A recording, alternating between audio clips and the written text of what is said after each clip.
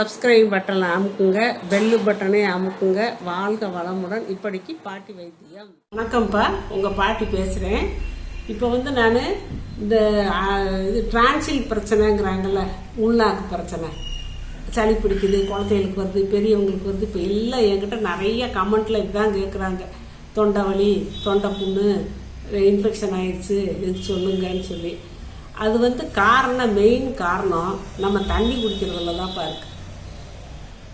தண்ணி குடிக்கிறது, இந்த ஐஸ் சாப்பிட்றது, சுடு தண்ணி குடிக்கிறது, சூடாக தண்ணி குடிக்கிறது, ஜில்லுன்னு ஃப்ரிட்ஜு தண்ணி குடிக்கிறது, இப்படியெல்லாம் செய்கிறது நம்ம இதை கெடுத்துக்கிறோம்.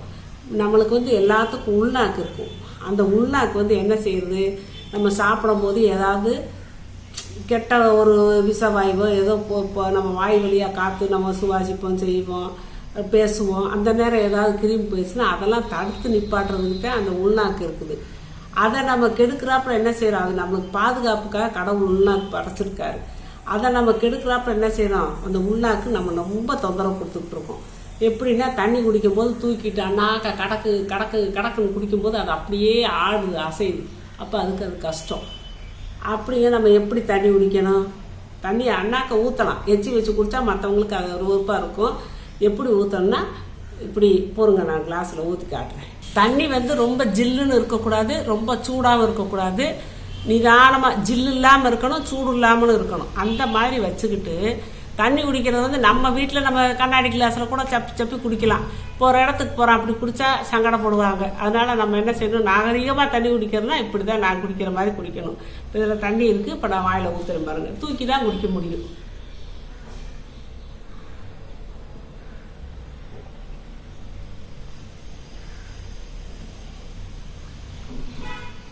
அப்படி வாய் நிறையா ஊற்றிக்கிட்டு சாதாரணமாக உட்காந்துக்கிட்டு கொஞ்சம் கொஞ்சமாக மென்று முழுங்குற மாதிரி ஒரு 3 மடக்கு 4 மடக்கு மெல்ல அந்த உள்நாக்கு தொந்தரவு இல்லாமல் குடிக்கணும்ப்பா. அந்த மாதிரி குடித்தோம்னா நாக்குக்கு பிரச்சனை வராது. அதை போட்டு நம்ம தொந்தரவு கொடுக்கறது தான் அது செப்டிக் ஆகிறது, அது பிரச்சனை பண்ணுறது, டிரான்சில் வர்றது. ரெண்டாவது ஐஸு சாப்பிடும்போது சில்லுன்னு இருக்குது, அதை போட்டு டப்புக்குன்னு முழுங்கக்கூடாது. முழுங்கினா பூரா அந்த உள்நாக்கை பாதிக்கும். அப்போ அது செப்டிக் ஆகும், புண்ணாகும், கஷ்டப்படும். கடைசியில் சீல் வைக்கும், ரொம்ப இதாகி சீலாகி கடைசியில் டாக்டர் போய் வெட்டி எடுக்கணுன்றார். அது வெட்டி எடுத்தால் என்னென்ன பிரச்சனை வரும் தெரியுமா? வெட்டி எடுத்துட்டா நம்ம இந்த வாயில் போகிற அந்த கிருமிகள்லாம் அதை கண்டிக்க முடியாது. அதான் போயிடுச்சு ஒரு உறுப்பு கடவுள் தேவைன்னு படைக்கிறாரு. டாக்டர் அதை ஈஸியாக வெட்டி எடுத்துடுறாரு. அப்போ அந்த கிருமிகள்லாம் நம்ம உடம்புக்குள்ளே போய் சளி பிரச்சனை அது இதுன்னு பயங்கரமாக பின்னாடி வரும். நம்ம வெட்டி எடுத்துட்டா சரியாக போகணும் இப்போதைக்கு நினைக்கிறோம், பின்னால் பெரிய பெரிய பிரச்சனைகள்லாம் வரும். அதனால் அந்த மாதிரி செய்யக்கூடாது. நம்ம ஐஸ் சாப்பிட்லாம், ஐஸ்கிரீம் கூட சாப்பிட்லாம். கொஞ்சமாக எடுத்து நாக்கில் வச்சு நல்லா சப்பி அதை சூடு பண்ணி நம்ம வாயிலே நம்ம தேய்ச்சிக்கிட்டோம்னா சூடாயிரும். பொறுமையாக ஒரு கப் ஐஸை ஒரு அரை மணி நேரம் கூட நம்ம சாப்பிட்லாம். அப்படி சாப்பிட்டா அந்த உள்நாக்குக்கு தொந்தரவு கிடையாது. ஒரு காப்பியாக நம்ம சூடாக தான் குடிக்கணும், ரொம்ப சூடாக குடிக்கக்கூடாது. வச்சு கொஞ்சம் கொஞ்சமாக நாக்கில் வச்சு கொஞ்சம் ஆற்றி குடிக்கணும். இப்படியெல்லாம் குடிச்சிங்கன்னா உங்களுக்கு அந்த டிரான்சில் பிரச்சனையே வராது.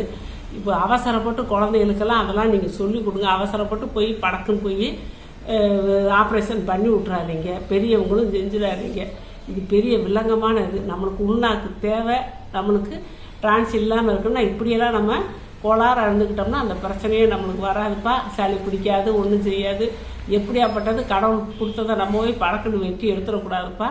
இனிமேல் நான் சொன்ன மாதிரி கோளாராக தண்ணி குடிங்க, கோளாராக ஐஸ் சாப்பிடுங்க, கோளாராக காஃபி சாப்பிடுங்க. இப்படிலாம் இருந்தீங்கன்னா உங்களுக்கு இந்த டிரான்சில் பிரச்சனையே வராது. வாழ்க வளமுடன். சப்ஸ்கிரைப் பட்டனை அமுக்குங்க, பெல்லு பட்டனை அமுக்குங்க. வாழ்க வளமுடன். இப்படிக்கு பாட்டி வைத்தியம்.